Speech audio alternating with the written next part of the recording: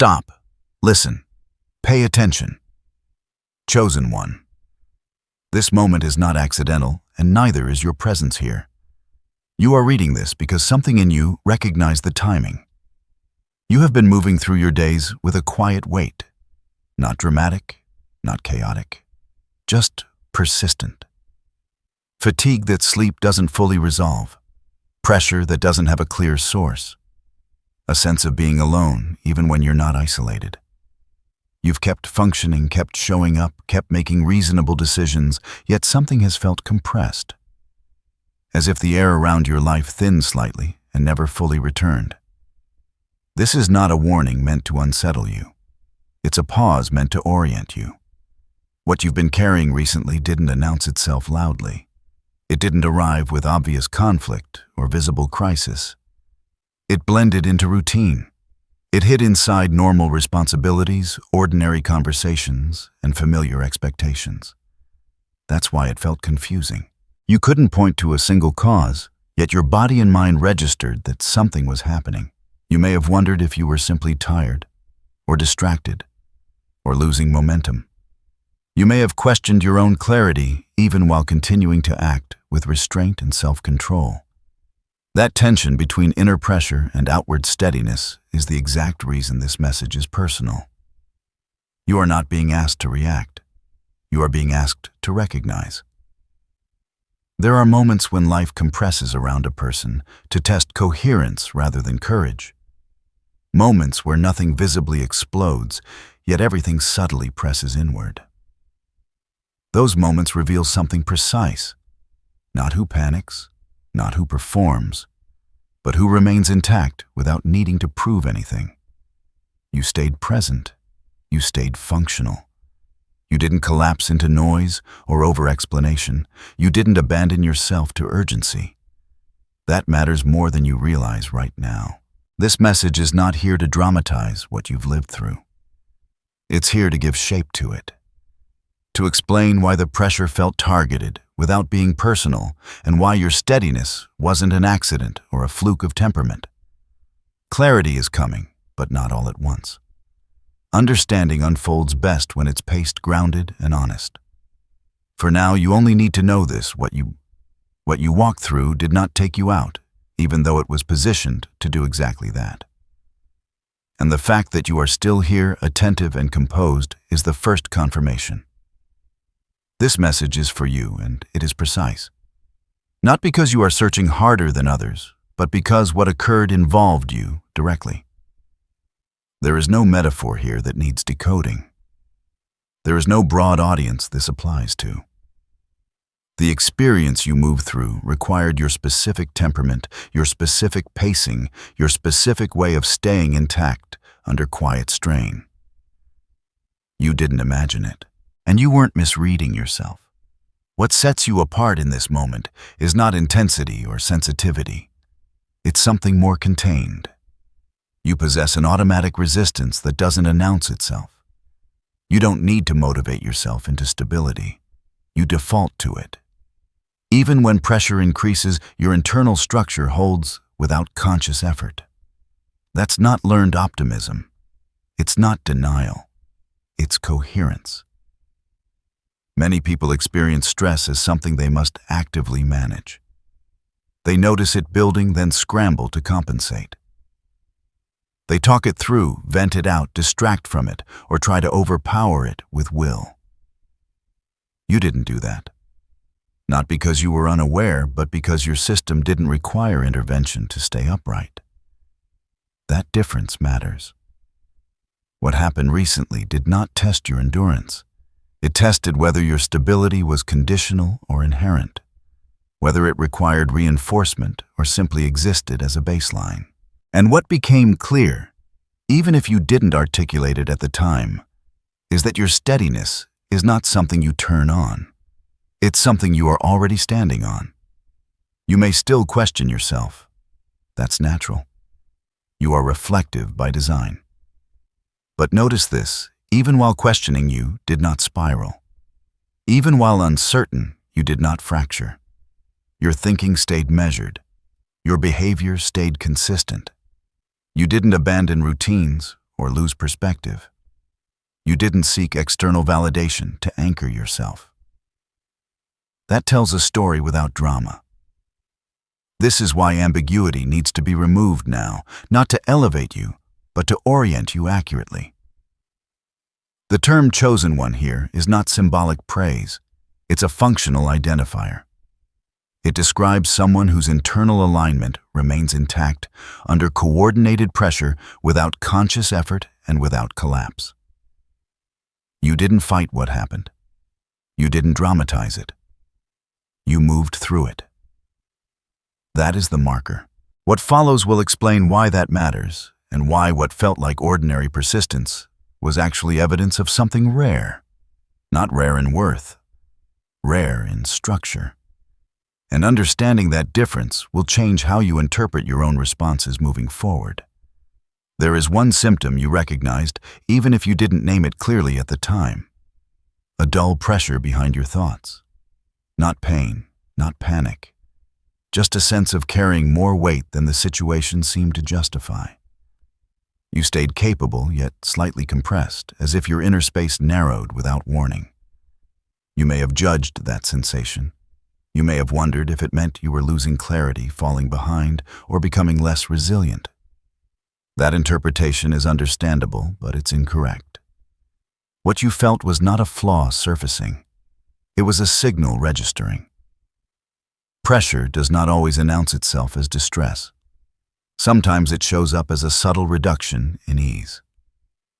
Decisions take a fraction longer. Rest feels less restorative.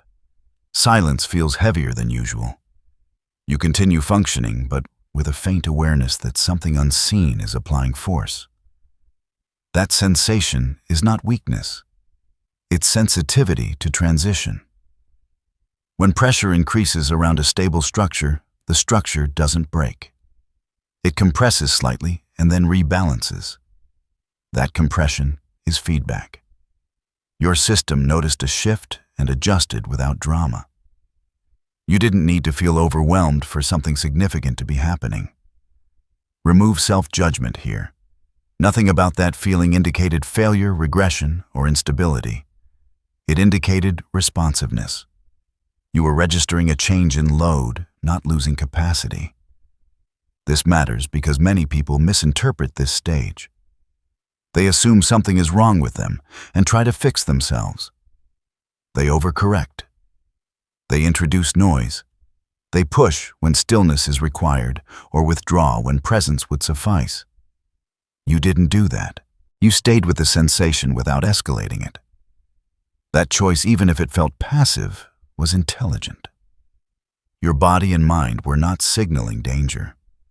They were signaling pressure redistribution.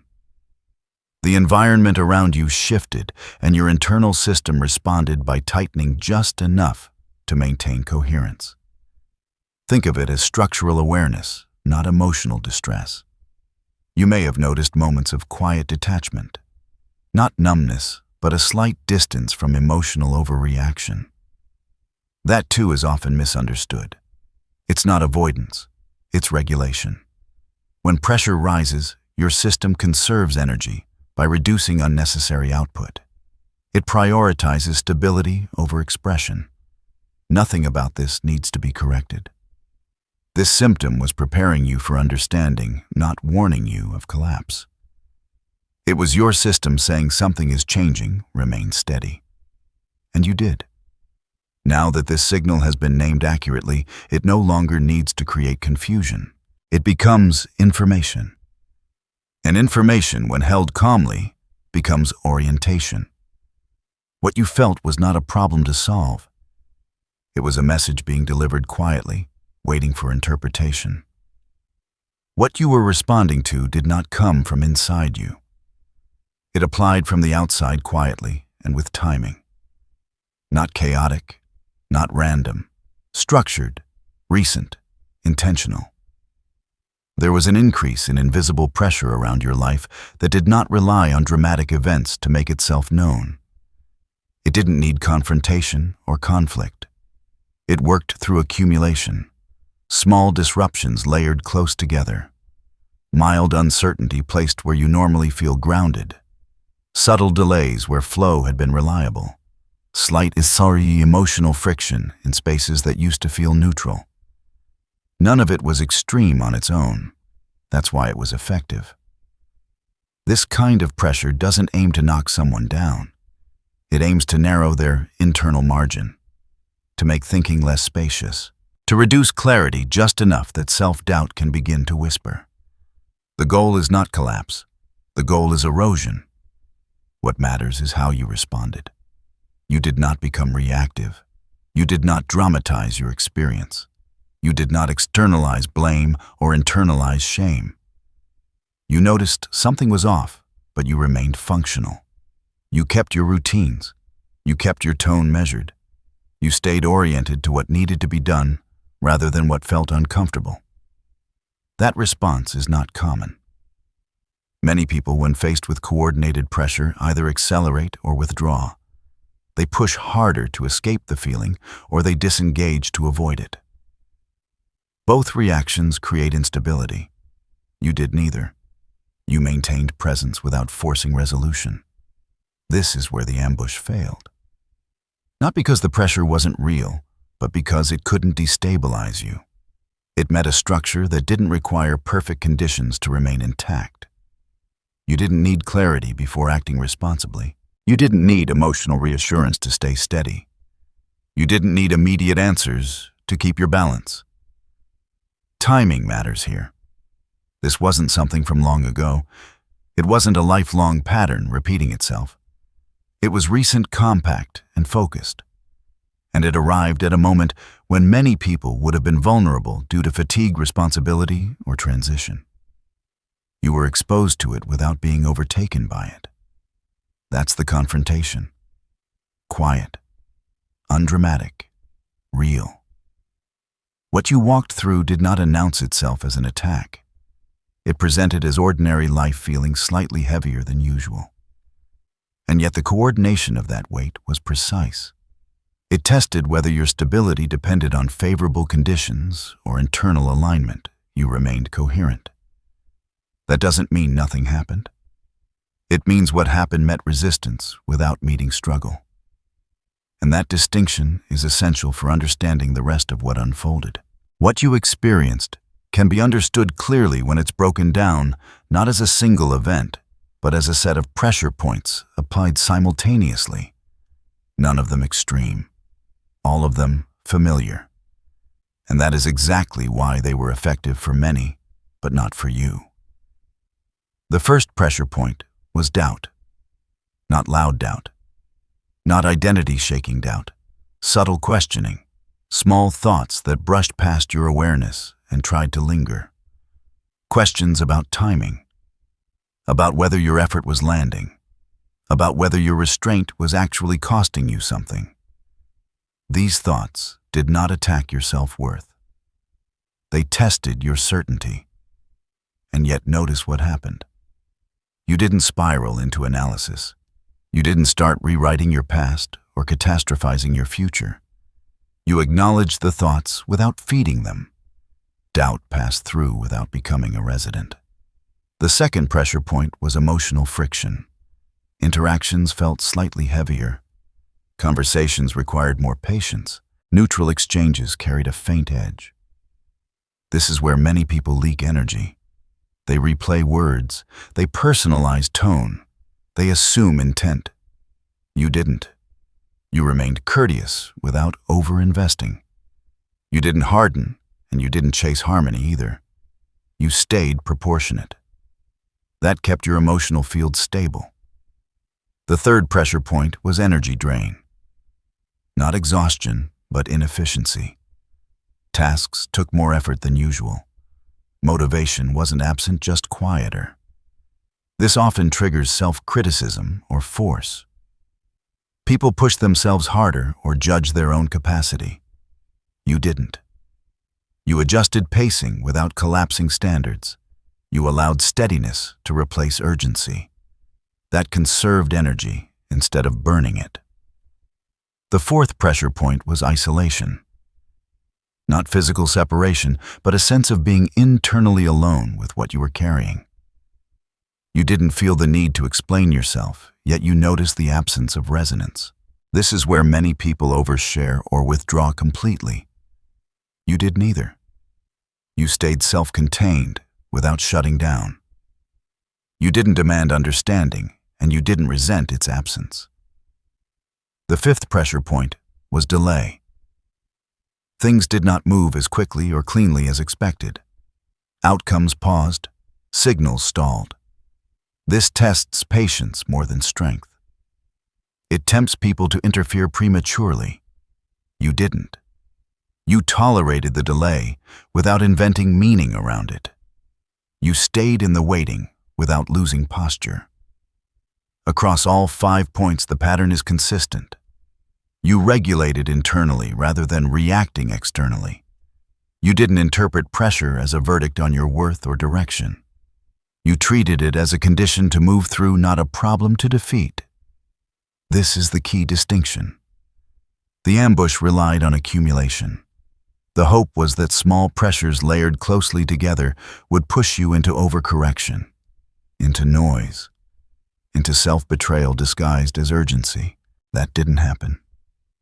You stayed aligned with yourself, even when conditions weren't affirming. You didn't need to name what was happening to respond correctly.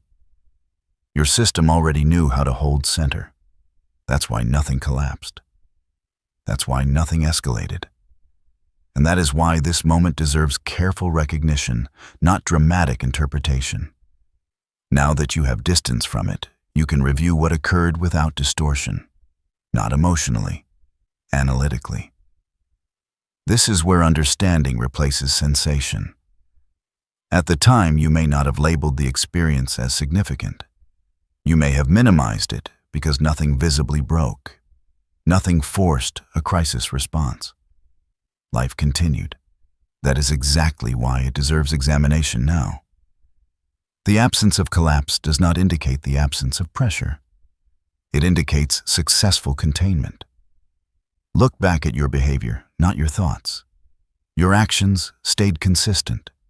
Your values didn't bend. Your decision-making didn't become erratic. You didn't abandon long-term perspective for short-term relief. That alone rules out coincidence. Luck does not create coherence under layered strain. Randomness does not preserve internal alignment when multiple stressors converge. What happened reveals structure, not chance. You were not carried through by external support. You were not insulated by ideal conditions. You did not rely on reassurance motivation or distraction to remain stable. Your steadiness came from internal organization, from a system that remains ordered even when inputs fluctuate. This is an important correction to make. Many people attribute their survival to timing or personality or temperament. Those explanations are incomplete. Temperament alone does not prevent erosion under sustained coordinated pressure. What does is integration. The ability for thoughts, emotions, and actions to remain in relationship with each other instead of fragmenting. You stayed integrated. Notice how you processed the experience afterward. You didn't rush to tell a story about it. You didn't dramatize it into meaning or dismiss it into nothingness. You allowed it to settle. That restraint is evidence of trust in your own internal clarity. You didn't need immediate interpretation to feel safe. This is where confirmation emerges. What you moved through tested whether your stability depended on favorable feedback. It didn't. It tested whether uncertainty would provoke self-interference. It didn't. It tested whether delay would trigger impulsive correction. It didn't. Each test returned the same result. You remained coherent without reinforcement. That coherence is not passive. It is active regulation occurring below conscious effort. It is the result of preparation, whether intentional or lived. Of having faced enough internal complexity in the past that your system no longer panics when conditions compress. This is why explanations involving coincidence fall short. Coincidence does not repeat across multiple dimensions simultaneously. Coincidence does not preserve proportion across doubt, emotion, energy, isolation, and delay all at once. Only structure does that. You are not being told this to elevate your self-image. You are being told this to correct your self-assessment. Underestimating this capacity would be inaccurate. Overstating it would be unnecessary. The truth sits cleanly in the middle. You are more internally resilient than you have likely given yourself credit for. And now that you can see it clearly, you no longer need to question what carried you through. When you compare your response to what is typical under similar pressure, the difference becomes clear without needing exaggeration. Most people begin to fragment when far less is applied. They lose presence. They become reactive. Their attention scatters. Their behavior shifts in ways they later struggle to explain. You didn't. Under conditions that quietly destabilize many, you stayed oriented. You continued to show up to ordinary responsibilities. You maintained tone. You kept perspective. You did not outsource your regulation to others, and you did not turn inward in a way that narrowed your world. You remained accessible without being porous. This is uncommon, not because others are weak, but because this level of stability requires internal coordination that most people are never asked to develop. Many lives do not demand it. Many environments reward reactivity, speed, or display rather than coherence. When pressure appears, the system they've relied on no longer works. Yours did. Notice the distinction here. This is not about being stronger, braver, or more disciplined. It's about remaining present when conditions invite absence. Many people disconnect slightly under strain. They go through motions without being fully there. You stayed engaged. You did not abandon awareness to protect yourself. That matters. It also matters that you didn't harden. Some people remain functional by becoming rigid. They shut down emotional range to preserve control. You didn't do that either. You stayed flexible enough to respond, but stable enough not to overreact. That balance is rare. Rarity does not mean superiority. It means distribution. Certain traits exist less frequently because fewer environments cultivate them. Your steadiness did not come from comparison. It came from lived calibration. From having learned over time how to stay with yourself when things are unclear. This is why others may have seemed more visibly affected by less. Not because they are deficient, but because their systems were not built for quiet, sustained pressure. They rely on clarity, affirmation, or momentum to feel stable. When those are removed, they falter. You did not require those conditions. You did not need reassurance to remain grounded. You did not need certainty to keep moving responsibly. You did not need resolution to maintain posture. That combination is not dramatic. It is precise. Understanding this comparison is not meant to separate you from others. It is meant to help you recognize what you carry without inflating it into identity theater. You are uncommon in structure, not elevated in worth. And seeing that accurately allows you to trust your responses without turning them into performance. This clarity prepares you for what comes next, not by changing who you are, but by helping you recognize what has already been quietly operating within you. It's important to clarify what your stability actually is, because misunderstanding it can lead you to look for something that isn't missing. What you demonstrated was not a surge of strength. It was not an activated mode. It was not you rising to the occasion in a dramatic sense. It was baseline. This matters because baseline stability behaves differently from situational resilience. Activated strength is something people access under threat. It comes with adrenaline urgency and eventual depletion.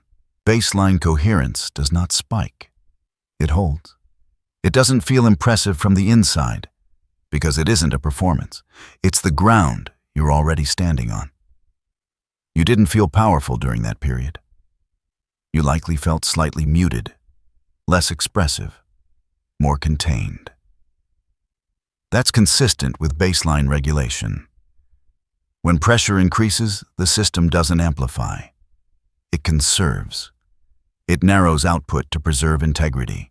This is not something you turned on. Your inner structure has been shaped to remain ordered without requiring perfect conditions.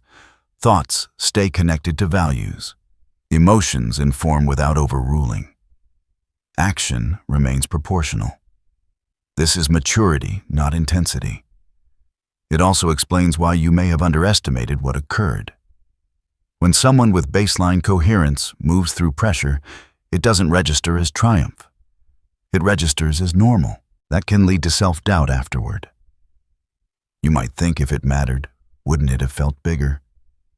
The answer is no. The more integrated the system, the quieter the response. This is preparation showing itself. Preparation doesn't announce itself as readiness. It shows up as the absence of chaos when chaos would be expected. It reveals itself through continuity, through your ability to remain yourself when circumstances are not affirming. Avoid the temptation to romanticize this. There is nothing mystical or extreme about what you carry. It is an internal architecture built through lived experience, reflection, restraint, and the repeated choice to stay aligned rather than reactive. That architecture is now visible to you because it was tested without collapsing. You are not being asked to step into a new identity. You are being asked to recognize an existing one accurately.